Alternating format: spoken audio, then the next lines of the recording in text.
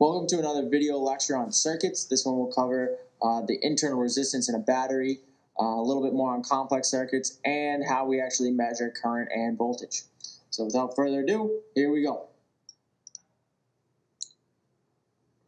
Within a battery, the potential difference is due to the construction of the battery, and it's the difference in potential between two positions on a battery. Any battery is created so that it has some potential, some difference in potential or voltage. It has 1.5 volts, so that means there's a 1.5 volt difference between 2 points within a battery. Now, in a battery, since it consists of different chemicals within the electrolyte there, and they're due to the mass transfer, there's some internal resistance. This internal resistance changes what the terminal voltage reads. So the terminals are the 2 points for the positive and negative side of a battery. And when you draw lots of current, that terminal, or when you draw current out of a battery, the terminal voltage will not read what the EMF or what the battery voltage actually is. This is because of the internal resistance. And over time, the internal resistance increases, and therefore the terminal voltage drops. And this is why batteries eventually die. They're not able to power any other sources. But if you were to hook them up to like a voltmeter or something like that, since it's drawing such a small amount of current, it still will be able to measure the battery voltage or that EMF or however you want to describe it, that potential difference built inside the battery.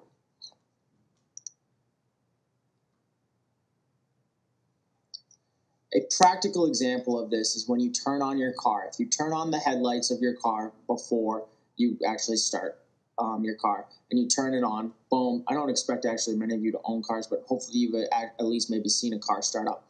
The headlights will dim. And this is because as the car starts, there's more, so that the headlights are drawing some amount of current from the battery. And as the car starts, there is more current drawn from the battery. And because of that, because there's more current all of a sudden being drawn from the battery, and due to the internal resistance, which means that there's a greater voltage drop inside due to the internal resistance because more current is being drawn from the battery, that decreases the terminal voltage or the voltage provided. And that's why the lights will dim, because the amount of energy being provided to them is reduced. Even though they're hooked into a parallel circuit with everything else, and it takes a moment within a battery for, and generally it's due to like the heat overall because of the speed of the current. Once everything gets powered up, then a battery is able to provide that energy over a much slower, consistent pace. This is, again, within a battery, there's this transfer of electrons throughout a battery. There's this mass transfer as electrons move from one side of one terminal to another terminal. And where in this device, in this battery, it's really just a chemical reaction undergoing. So internal resistance within a battery affects the terminal voltage that you have at the positive and negative terminals on the battery. Within a magnetic field, an electric charge will feel a force. Similar to in an electric field, a charge will feel a force. But the difference is that in a magnetic field, the charge must be moving in order to feel that force. So the charge has to be moving in order to feel a force within a magnetic field. This is how we actually are able to create motors, generators, and all of that stuff, because as electric charges move, and with magnets, they cause force, they cause something to move, and it's exerted, cause something to spin, rotate, some sort of torque. A galvanometer is something that measures the amount, it's calibrated to measure the amount of current moving through a loop of wire based on the torque, and it's set to a scale to measure how much current is moving through a certain magnetic field. So it's basically the way to measure current.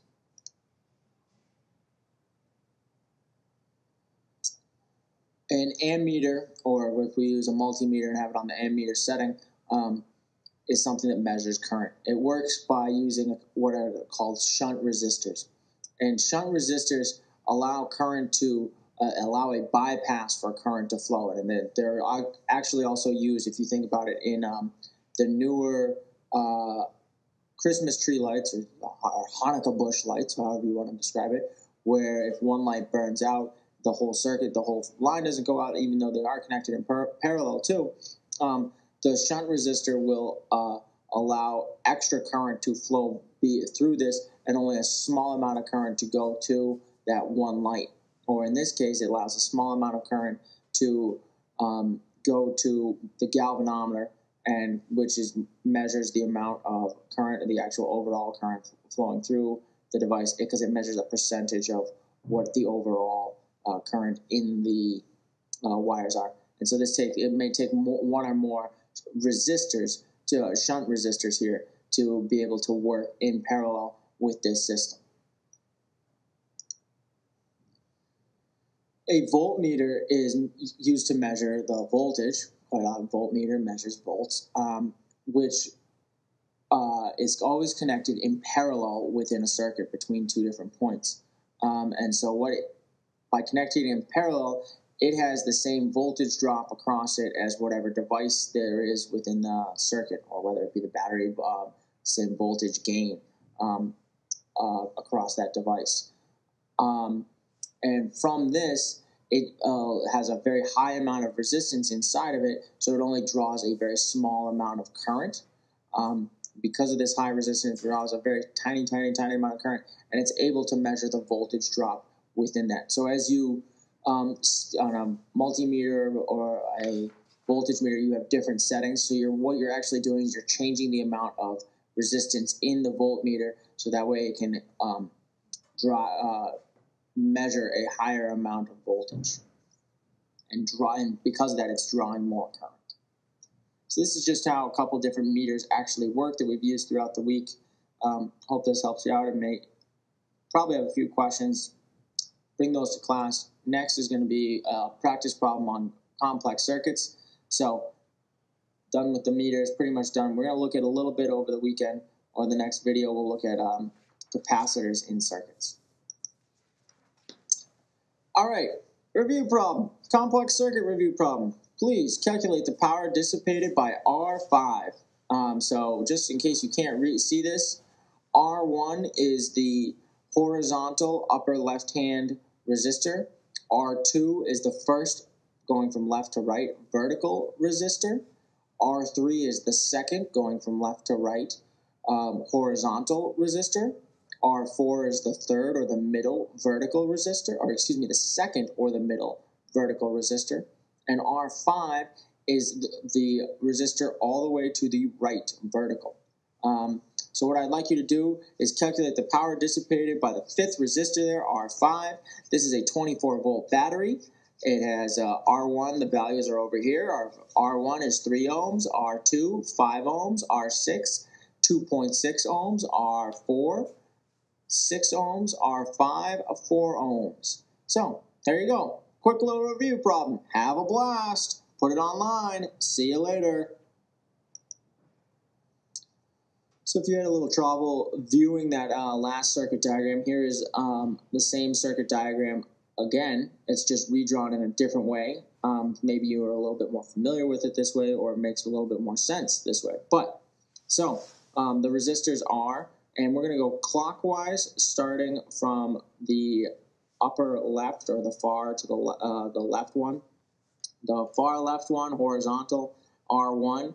Next, clockwise, is R3. And then the upper right-hand one is R5. Below that is R4. And swinging down further below, so kind of at the 6 o'clock position, is R2. So those are the resistors. Same problem as before, same values. So thank you very much. Go through. Have a blast.